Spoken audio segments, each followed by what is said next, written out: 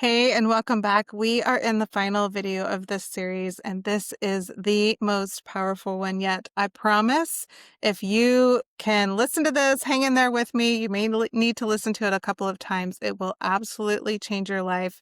I can promise you that this concept is something that took me years to understand and implement, but once I finally got it, it changed everything about how I see the world, about how I decide what I'm going to do and what I'm not going to do. So let's get into it. I'm super excited that you're here and that I get to teach this.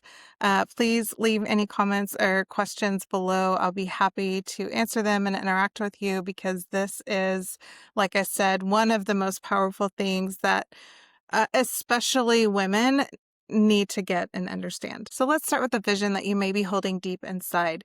You imagine waking up rested, moving through your day with energy, enjoying your family instead of resenting them.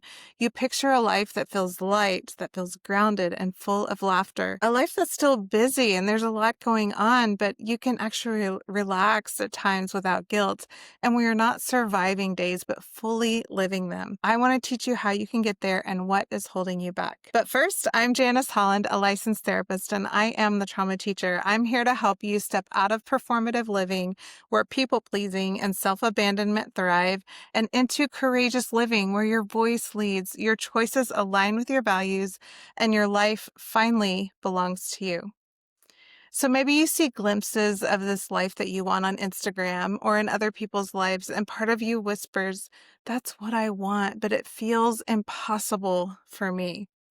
And here's why this feels so impossible for most of us. The way we learned to secure love, safety, and belonging was through self-abandonment. If you're like me, you were taught that your sacrifice for others was the highest form of love. You were told that putting your partner's needs above your own, bending for your kids, no matter what cost, or saying yes at church or at work or in friendships, even when it drained you, was what made you a good person. That's how you proved you were worthy of love. Think about it. How many times have you said yes to babysitting your neighbor or your, siblings' kids when you were already exhausted, or stayed up late finishing work so your boss wouldn't be disappointed, or bit your tongue in an argument with your partner, not because you agreed, but because you were afraid of the conflict that might follow? That's not love. That's what we call self-abandonment. And self-abandonment is fear in disguise. It is the fear of rejection, the fear of abandonment, the fear that if you stop performing, if you stop saying yes, if you stop sacrificing, you'll lose connection and be seen as a bad person. And here's the part that stings. When you present that fear-driven self-abandonment as love, it's actually manipulation. You're curating a version of yourself to be acceptable, to be likable, to be safe. You're giving people what you think they want, not what's true. That isn't love, it's performance. Look at it this way. Fear and love cannot coexist together. They are opposites. Fear destroys. It corrodes intimacy, drains energy, and keeps you stuck in survival. Love creates, it expands and restores and frees both you and the people around you. So if your choices are rooted in fear, fear of disappointing someone, that isn't love at all. It may feel like love. Others may praise it as love, but at its core, it's fear. And fear will always keep you trapped in the same broken system. This is why you feel so exhausted. This is why no matter how hard you try, you can't seem to get to the life that you dream of. Because fear-based living is destructive at its core. It erodes intimacy. It corrodes your health, and it silently teaches everyone around you that dysfunction is normal. But it's not normal. It's exploitation. You are exploited for your strength. Always the dependable one, always the one holding it all together. And the people around you are exploited too, because your self-abandonment allows them to stay small, to stay selfish, or helpless. Fear keeps everyone stuck. And here's what I mean. When you always pick up the slack at home, your partner never has to step up. They get to stay comfortable while you burn out. When you silence your When you silence your opinions to avoid conflict, your kids learn that trust isn't safe, and they repeat the same pattern in their own relationships. When you say yes at work, even though your plate is full, your coworkers and boss stop carrying their share. They learn that you'll absorb it. And here's another lie that you've been sold, that avoiding conflict is loving, that biting your tongue, smoothing things over, and keeping the peace is maturity. But it is the opposite. Avoiding conflict doesn't create peace. It creates distance, dishonesty, and resentment.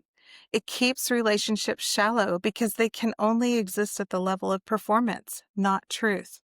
And that fake peace always collapses eventually. Often it's through illness, through burnout, infidelity, or explosive arguments that feel like they come out of nowhere. Real peace looks different. Real peace is having the hard conversations with your partner about how lonely you feel instead of swallowing it until resentment poisons the relationship. Real peace is telling your child no and holding the boundary with love so they learn structure and safety. Real peace is saying to a coworker, I can't take this on right now, and letting the chips fall where they may. Because real peace is rooted in truth, and only truth creates intimacy. Fear says yes to avoid rejection. Love says no so that the relationship has a chance to be real. Fear smooths things over to keep the peace. Love tells the truth so there's a foundation to build on. Fear sacrifices self to win approval. Love honors both self and others, refusing to exploit either. And this is why it feels so terrifying to change, because you already know. When you stop self-abandoning, there will be a cost. You've been reading people your whole life. You can sense their disappointment and resentment before it even happens, and you know it's coming. When you stop carrying the weight that was never yours to carry, that's why it feels so terrifying. But here's the truth. Courage doesn't mean you're not afraid. Courage means you stop letting fear define your choices. Fear will always whisper, keep the peace, don't rock the boat, say yes and you'll be safe. But courage says, I want to remain in integrity with myself. I honor you and myself too much to cave to fear's voice. The courageous work is love yourself enough to tolerate others' disappointment, to look someone you love in the eyes and say, my worth is not tied to how happy you are with me, to sit in the discomfort of their anger, their withdrawal, or their silence without collapsing back into fear. This is really hard. And here's the hardest part. You already know there will be a cost: conflict, disappointment, anger, frustration, misunderstanding. But courage says, I'm willing to navigate all of these emotions because I refuse to live out of integrity with myself any longer. Integrity and love go hand in hand. Without integrity, love isn't real, it's performance. Integrity says, I will tell you the truth, even when it's hard, because that's the only way this relationship can be honest.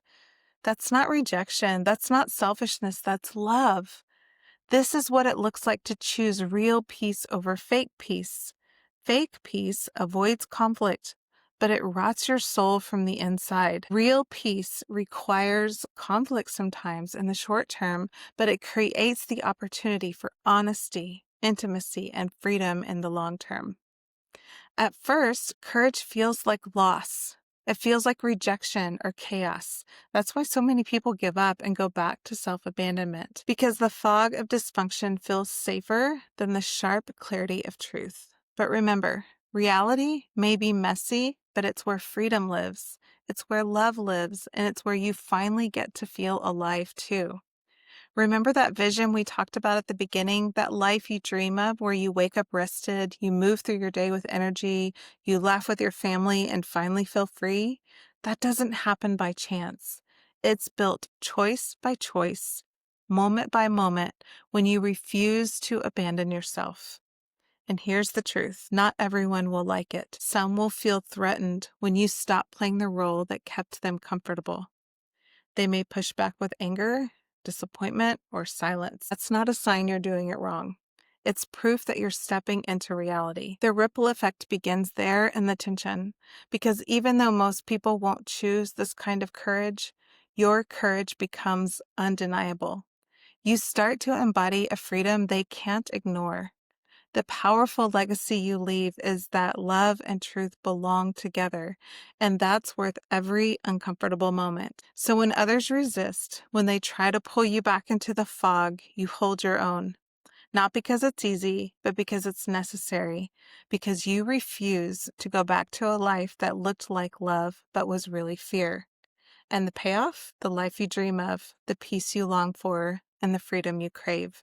It only comes when you stop abandoning yourself, no matter how others respond. First, this kind of courage feels too costly. The ground shakes, people resist, relationships wobble or fall apart altogether. That's why so many people stay stuck in the fog. It feels safer, it feels easier, even though it's slowly destroying them. But when you keep choosing integrity over fear, something shifts. One day you wake up and realize you don't dread the morning anymore. You move through your day with energy instead of heaviness. You laugh with your family and it feels real, not forced, not another performance. You notice you can breathe deeper, like your chest has space again. Here's the difference. Fear-based living leaves you exhausted, tense, resentful, and alone, even in a crowded room. Living in integrity feels lighter. You rest without guilt. You say yes and you actually mean it. You connect without resentment simmering underneath the surface. It's not that your life suddenly becomes perfect. It's that you are free. And freedom changes everything because from freedom, you finally get to create a home you actually enjoy being in, a body that doesn't feel weighed down with stress, relationships that are built on truth instead of performance. This is the payoff of courageous living. It's not comfort. It's not perfection. It is the peace that comes when fear no longer has the final word. It's the love that only grows when it's rooted in truth. And it's the freedom that lets you build the life you've been dreaming about all along. So here's your step for today. Choose one place where you've been saying yes out of fear and flip it into love and integrity. That might mean pausing before you answer and saying, let me think about it. It might mean telling your partner, I'm tired and I need rest tonight. It might mean being honest with a friend and saying, actually, that didn't feel good to me. And when you do this, expect pushback. Someone may snap, wow, you're being selfish. A friend may joke, wow, you've really changed. Or a coworker could say something like, I guess I can't count on you anymore. These comments don't mean you're wrong. They are signals that you're breaking out of the role fear trained you to play. In those moments, hold compassion for where they're coming from, but stay rooted in integrity. You can think to yourself, I honor you, but I honor myself too. This isn't selfish. This is love and truth. Here's how you hold steady when the fear of rejection rises, when you get that pushback and it takes over. Pause and breathe. Before you answer, when you feel your face get red and get frustrated, I want you to pause and breathe before you answer so you don't collapse back into the automatic yes. Anchor into your bigger vision.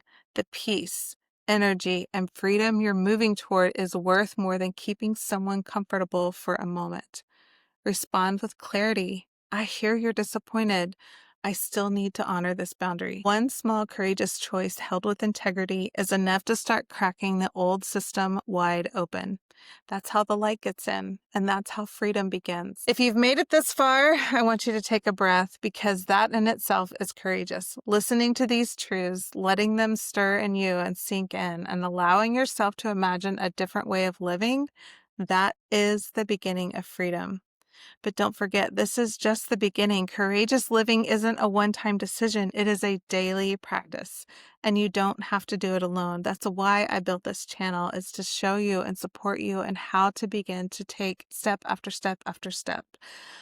This is the end of my Start Here playlist. So if you want to go back and binge watch the whole playlist, please do. I would love for you to do that so that you can step fully into love, integrity, and freedom.